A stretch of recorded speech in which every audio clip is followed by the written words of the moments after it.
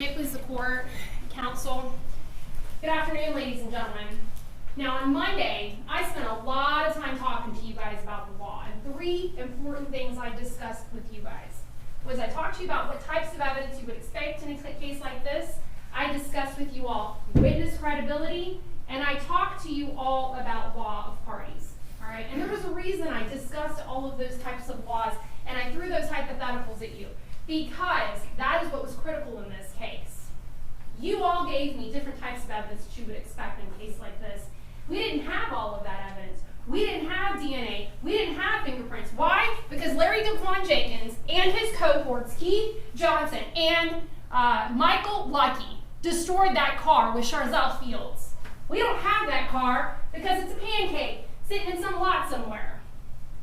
What we do know is this. We know Larry Jenkins, we know he's a liar. You know why we know he's a liar? Because he creates fake Facebook accounts with fake names and fake cell phone accounts with fake names because he wants to hide who he is. But we all know on September 23rd, 2019, Larry Jenkins was with Keith Johnson that day of Andre's murder. We know that he was there the day before in Frazier Courts.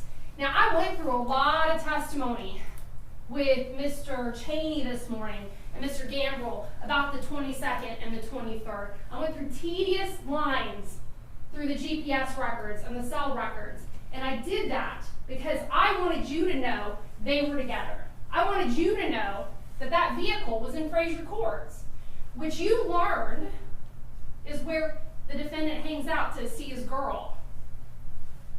You know he was in the area of Beulah and Mills Place and Elsie Faye Higgins, the 22nd. You know that Chrysler was there, and you know that because his uncle sat here and testified to it. That is consistent with those GPS records.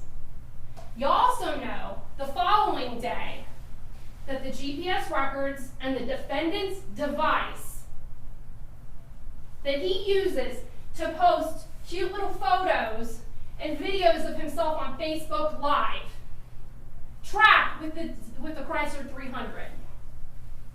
And they track from Uptown, which we know is where Club Theory is. And they track to Capitol Avenue and Haskell, which is where we know that Whataburger is, because Larry Jenkins and his crew hunted that night. Andre Emmett was a celebrity. That's what Detective Sayers told you. He is just as important to Detective Sayers as every other victim he has to investigate a homicide about. But everyone knew Andre.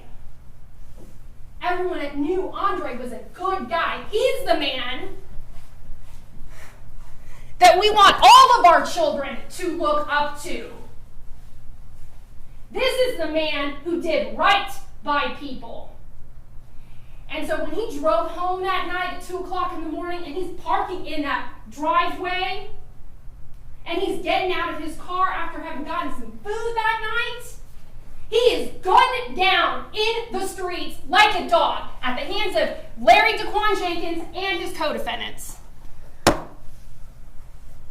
And he ran. And he tried to save himself. And what happens? They chase him. And you know that Larry Jenkins' device and that vehicle track. They track from the Whataburger, they track to Monarch and Bennett, they track down North Prairie. So when the defense on Tuesday morning got up and said, the state is going to give you a house of cards, well, that's simply nonsense.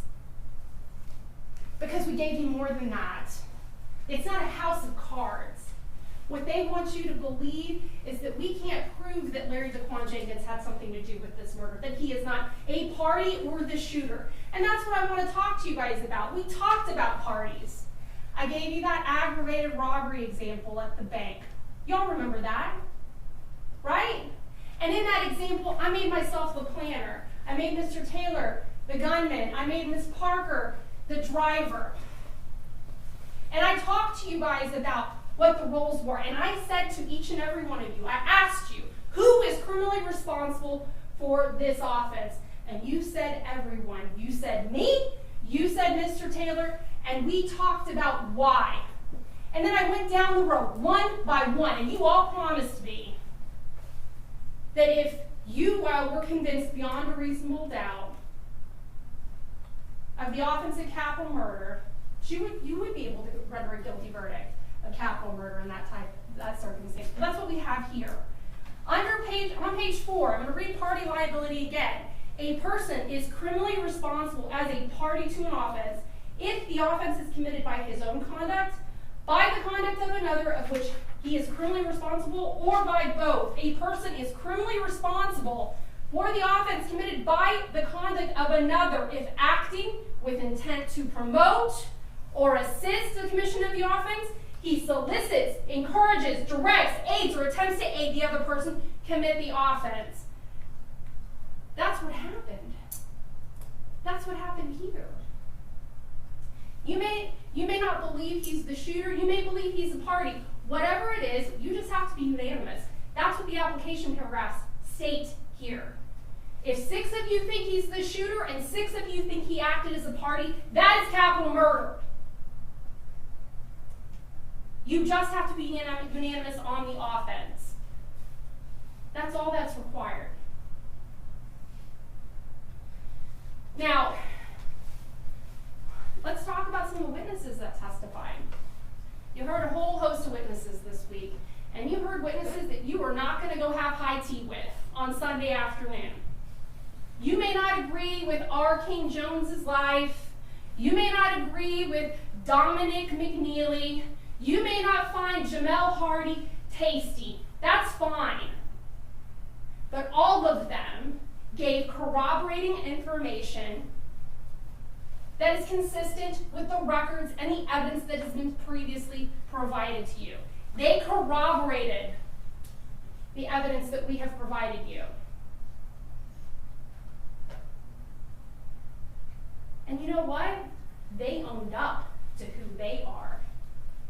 They owned up to their criminal offenses. Nobody in this room told me they were a perfect person. And these folks, they're not perfect. But what they did tell you is supported through the cell records and the GPS records and the other testimony that's provided. And they told you Larry Jenkins was running his mouth in the streets. That he shot him because Andre saw his face. He could have just taken the necklace and the watch. They could have done just that and left. They could have done that, but they didn't. Render the only true and just verdict in this case. Find Larry Jenkins guilty of capital murder.